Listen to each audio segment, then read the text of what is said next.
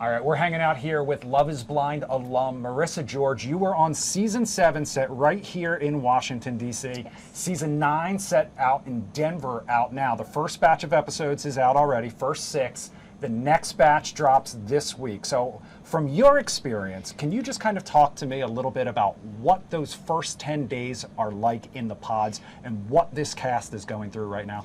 Gosh, the first 10 days are like honestly so exciting. You're on a high, you're dating different guys, you're falling in love, getting crushes, you're making really close friendships with the girls. So to me, the first 10 days are amazing. They're a blast.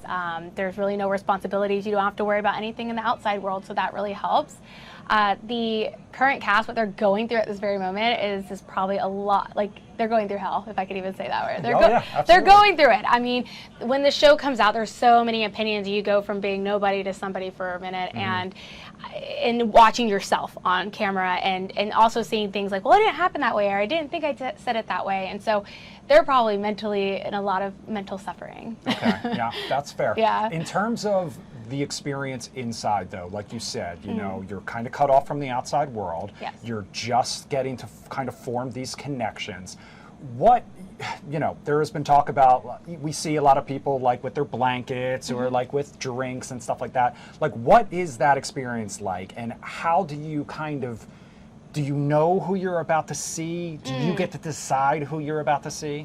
Yeah, no, you go in and you don't know, and so that's why you hear people come in and they say their name. They say, hey, who is this? Because you don't know.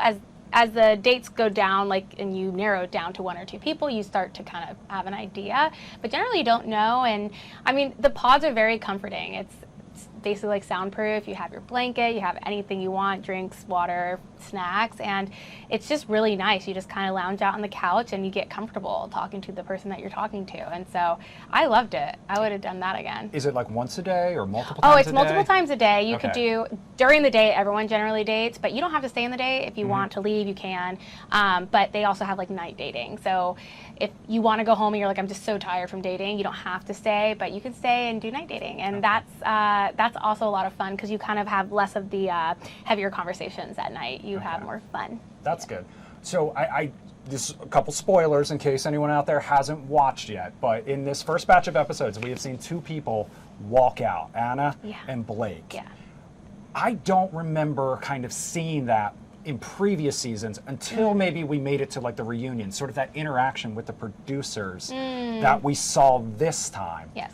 We talked last time you were here about some of the legal challenges the show has faced, some of the legal issues that cast members have brought up. Do you think that's a little bit of a reaction to that this season? No, I don't think so. We had plenty of people leave like unexpectedly, didn't say goodbye to people. I think the reason why those 2 people were aired for this season is because they actually had matches with people who went on to get engaged. I think a lot of the people that left, either left in a bad way that the production didn't want to show them because they didn't deserve that screen time, or they just weren't in a match where it was going to make the final cut. So yeah, you could always just have left. I could have left at any point. They obviously will talk to you and try to get you to stay, but it's up to you if you want to leave or not.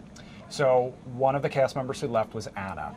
And Anna had connected with Patrick. And so I kind of wanted to talk to you a little bit about another issue that we've seen this season that I don't know whether they were supposed to kind of talk about race and ethnicity the way that they were very open about it eventually with each other. When you're kind of just hearing the sound of people's voices or you're talking about their past, you can kind of pick up on things from context clues, but how important is it to kind of suss out things like that? I mean, especially if it's supposed to be blind. I don't think it's really important. People don't realize the production doesn't tell us what to do. So if you want to have that conversation, you can. They're never going to say, do not have a conversation about your race or anything like that. And so some people, like from my season, were very adamant about saying, I don't want anyone to know my race. I was pretty open about it. I didn't really care if they knew or not. So it's really your own experience. And yeah, I saw that a lot with the Asian contestants. And you know, that's up to them if they want to do it, and it makes sense. Everyone has their own reasons. So now, you know, this next batch of episodes will be that kind of getaway. But before they can do that, you have to get engaged. and then you see each other for the first time.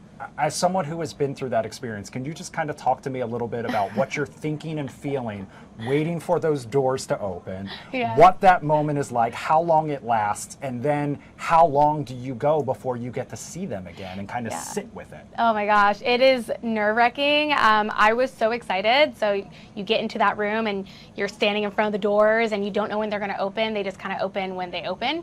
And so it's exciting. You're nervous. You're hoping that they look good, that you'll be attracted to them. That's kind of your only thought because you already have the emotional side. You're just like, hopefully they smell good. Hopefully we kiss good. Like, how awkward is this going to be? So it is very wild, but it's a cool experience. I wish everyone could experience it, to be honest. But you meet for, the time frame that they have you meet there, and then you don't see them until you're into the getaway, and then that's when you meet again.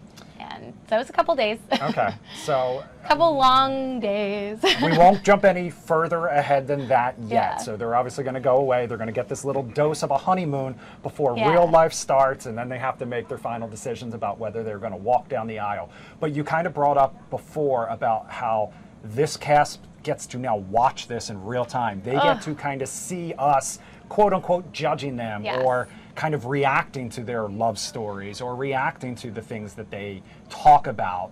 What is that feeling like of just watching yourself on there and also kind of bracing your family and friends for what is about to happen without really knowing how it's going to go down? I don't think there's a way that you can really prepare for it. It is awful watching it. I think I cried every single episode watching me, cringed a lot at some of my mannerisms, but I think they're definitely probably going through it, and I just hope that they have their family and friends. There's something else you asked about that. Wait, I missed a question. Well, just kind of like how you kind of deal with that newfound notoriety. Kind of too, because right now I'm sure their following counts just exploded too. Definitely. I think there's probably a lot of people DMing them saying horrible things, nice things, support, not support. I just think they're handling it as best. Hopefully they're leaning on some of the older cast. I know that some of them follow me, and if they ever reached out, I'm there for them. Their families, their friends. I don't know how to. Honestly, you cannot prepare for it. You just have to go through it, and everyone can tell you tips and things to do, but I didn't find them helpful because every experience is different. I'm glad I'm not watching myself. Okay, so here's my last question for you. Now, they have a little while to go before we know how everything goes, but as someone who has been through it, what is dating on the other side like? Like after the show?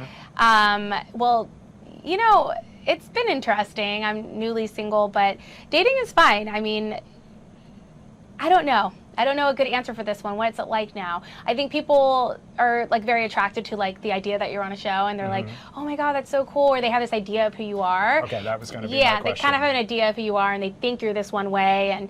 And even for my edit and for like how I was perceived, I'm not necessarily all of that. Like I'm a lot different at home. So I think that's probably the hardest part. But kind of battling those preconceived notions. All right, well, we'll check back in as more episodes drop to kind of see if you're rooting for someone, if you kind of see someone there you think has a chance.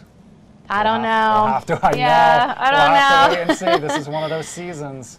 All right, Marissa, thank you so much for joining us. Thanks for having me.